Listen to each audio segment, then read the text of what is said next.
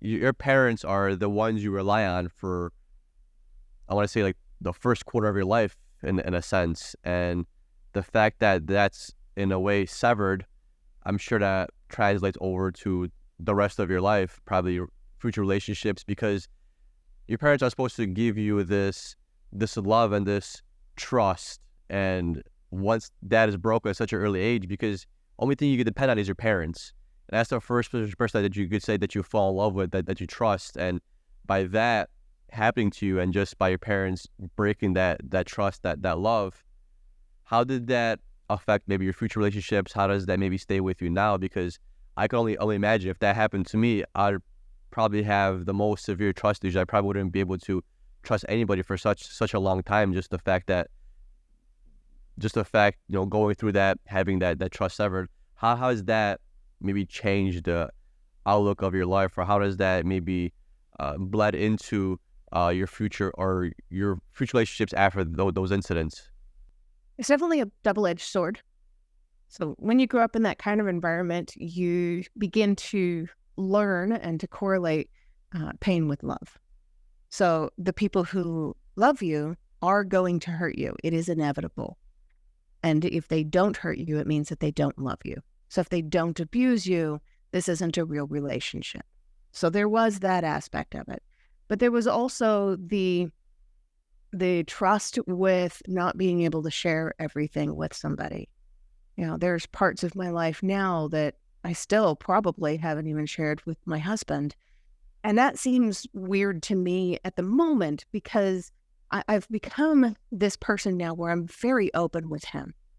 But it's the first person on the planet that I've ever been able to have that kind of open communication and that trust with. And I was 41 years old when I met him. I was constantly feeling like there were parts of me that were too broken, or parts of me that could not be honest. I had to hide things that I bought. I had to lie about how much I paid for something. And this was all early conditioning. I had a real problem with shoplifting for a number of years, because I had so much stuff taken away from me that if I wanted anything at all, I had to steal it when I was a child. I had everything taken away from me at one point, except for a mattress on the floor and a sheet, and one change of clothes and a nightgown. When I got home from high school, I'd have to change into my nightgown if I wanted to wash my one change of clothes, which was a t-shirt and a pair of jeans and a pair of socks. And if I did not do this, then my clothes would stink the next day. And when you're in high school, I didn't need to be a fashion icon, but wearing the exact same shirt and jeans every single day to school was doing major damage for me as a person, because I was getting severely bullied for it. I was getting beaten up because of wearing the same things every day. So I started stealing from Goodwill stores. I made sure that the pants that I was stealing were tight enough on my body where I could wear them underneath what it was that I had when I went into the store. And I had to do the same thing with t-shirts and stuff. And eventually I started accumulating a little bit more stuff. It wasn't that we were broke. We could absolutely afford the clothes. I couldn't afford the clothes. I was given nothing. So there's this huge part of me that I struggled for so many years on if I got anything at all. I needed to hide how I got it. I had to sequester it away in a closet. I couldn't show what I had. I had to be very careful, because if I had anything at all that I valued, it would be taken away from me, always. So how did you slowly get that mentality out of your system? Because going through what you went through, it's almost like you never learned how to properly function in society in a way, that because you were almost like taught the opposite of what you're supposed to know. So how did you overcome those things, those urges to maybe hide stuff, because like you're saying, you had to hide stuff, you had to keep things secret, and that was like your norm. So how did you finally realize that, hey, this is something that maybe I should open up about? It's not really that big of a deal for me to have things. How did you get past those barriers? A big part of that was finally having a job where I could support myself.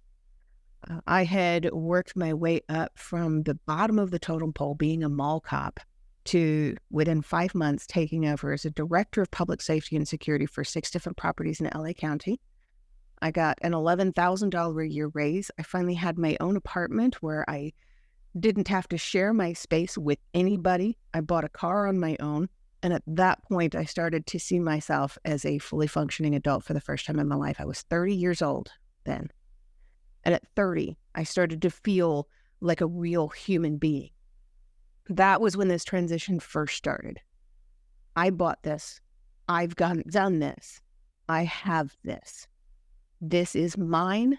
This is my life. This is my space. And I'm okay if I leave it out. I don't have to hide this away in the drawers. This is okay now. And until I could figure out how to really support myself, that kind of mentality was not ever going to go anywhere. It was stuck. It was absolutely stuck, just like the vicious cycles of ending up in abusive relationships. It's all a part of who I was. It was who I was trained to be.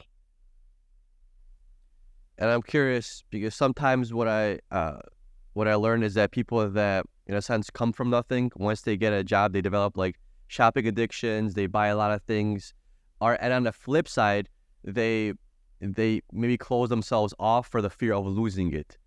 Did you experience either one of those? A big one for me is shopping for food.